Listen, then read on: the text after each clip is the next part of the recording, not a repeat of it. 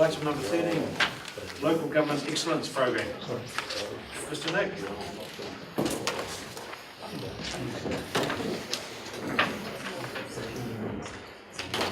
Right, I'll take my item as read.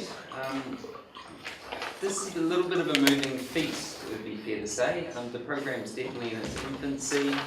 You will remember from Mr. Green's email, I think about 2 months ago, 6 weeks ago, that Local Governments New Zealand was looking to launch this program, and they were seeking foundation council.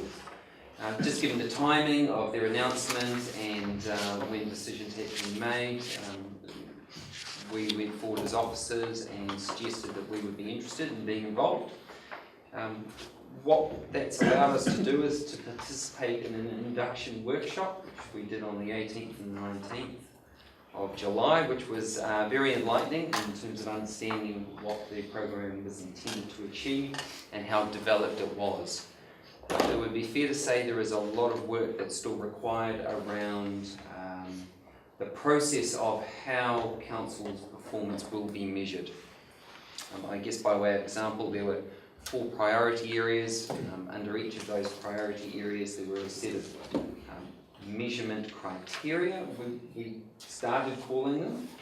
By the end of the workshop they were being called prompts for discussion. So there was definitely some movement around not only how the process would take place, but also exactly what we would be measured against. So LGNZ's gone away to work with the independent board to further refine that, and the intention that they expressed at that workshop was that there would be a pilot program with the first 3 councils.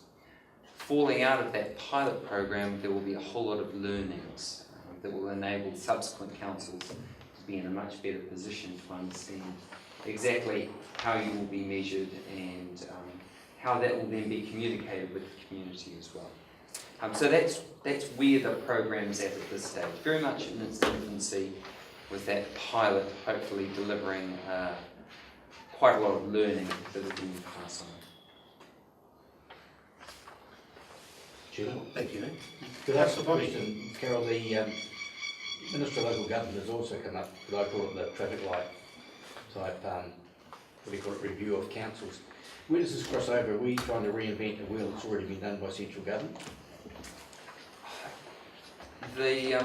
My read of the situation is that Local Government New Zealand has looked at that attempt by the Minister and has suggested that the Minister is not necessarily measuring the things that really matter to the community in terms of demonstrating the quality of the service that councils provide. This program is very much about trying to build that community confidence and trust in the services that we provide. And given that they believe the Minister's attempt has not done that, this is intended to be a Local Government New Zealand driven program. Having said that, while they've initiated it, we've gone to great pains to make it as independent as possible and therefore to add value to the program and its results. And that independence is coming via an independent assessment board which will oversee the program. So essentially local government kicks it off, hands it to the assessment board who then run it, and the actual assessment process will be undertaken by independent assessors. So there's a high level of independence associated with this process and the overall project.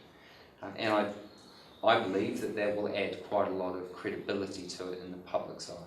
Should we say as well that it's going to be a whole lot more in depth than what the snapshots program is. So the snapshots is a once-over lightly of a few indicators. This is definitely going to be more in depth and enable you and the community to identify how we're performing in a broader sense than just those key areas. As the initiative was within central government, why haven't local government gone back to central government and said that we want it to be a lot broader than what you're talking about? And I get very suspicious of when you talk about independence, the independent assessor is going to be funded by local government. That worries me. So I won't make comment on the second part, but the first part, the local government New Zealand did make those comments to the Minister, and the Minister and Cabinet have disagreed with local government New Zealand quite vehemently through that process. So then effectively, who's asking then, are we as local government asking for something that we can go back to the people, or the people come to local government and say, we want one way of measuring this council against any other council? So this is, I'd say it's a mixture of everything, and this is about local government and I guess us as an organisation saying to have a point of measurement can only be a good thing, because then we're identifying where we are weak and where we are good, and particularly by identifying those weaknesses means that we can put measures in place to be able to improve them. So if you don't measure where you're at, it's very hard to improve, and that's what I see this program being as an opportunity to have a baseline position which is relevant to local government, as opposed to just the once over lightning snapshots that central government are releasing. Which will then enable us to build and to improve, to have improvements for our ratepayers, so that we can show, not just show to our ratepayers, but actually improve our services to provide a better service for our community. Thank you. Just wondering, Mr. Chairman, there was 21 councils out of the 70-something that initially said they were interested, because so that's, what's that percentage? It's not a great percentage to say, hey, we're in 30%. So there was, just to answer that as well, there was 3 categories that you could put your name forward. One was to be a foundation member. The second was to say keen, but we'll wait until after that first round, and then you could stay silent. So those councils, those 21, were the ones that said, yeah, we'll be there for the foundation program, which we're one. It's fair to say local government New Zealand were surprised and I think overwhelmed by the number of councils that put their name forward in the first instance. They weren't expecting that many. And what we're suggesting in this paper is basically let's wait and see for those first 3 councils, because at the moment it's still an unknown situation in terms of exactly what those criteria are. Let's stay in the tent, but not get in the sleeping bag just yet. To clarify, through the chair, the sleeping bag tent analogy, we're not, just to clarify, we're not one of the 3 for the pilot. No. So we don't have any financial contributions or commitments at this stage, because we're in the tent but not in the sleeping bag? Correct. Okay.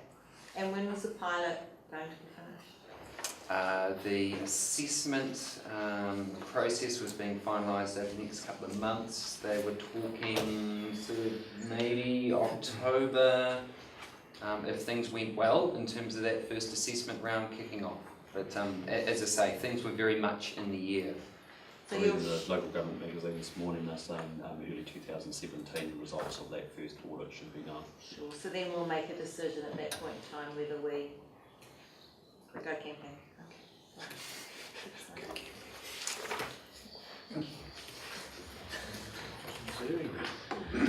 All right, thank you, Nick. Okay, everyone happy with that? Recommended resolution there, 1A and 2. Can't go move it, please. Thank you, Councillor John. Oh, sorry. Councillor John, second by Councillor Body. You happy to second that? I'm only looking at 1 and 2. All right. You move 1 and 2, Councillor Johns? Yes, I am. Yeah. Thank you. Could I have a seconder, please? Councillor Stewart.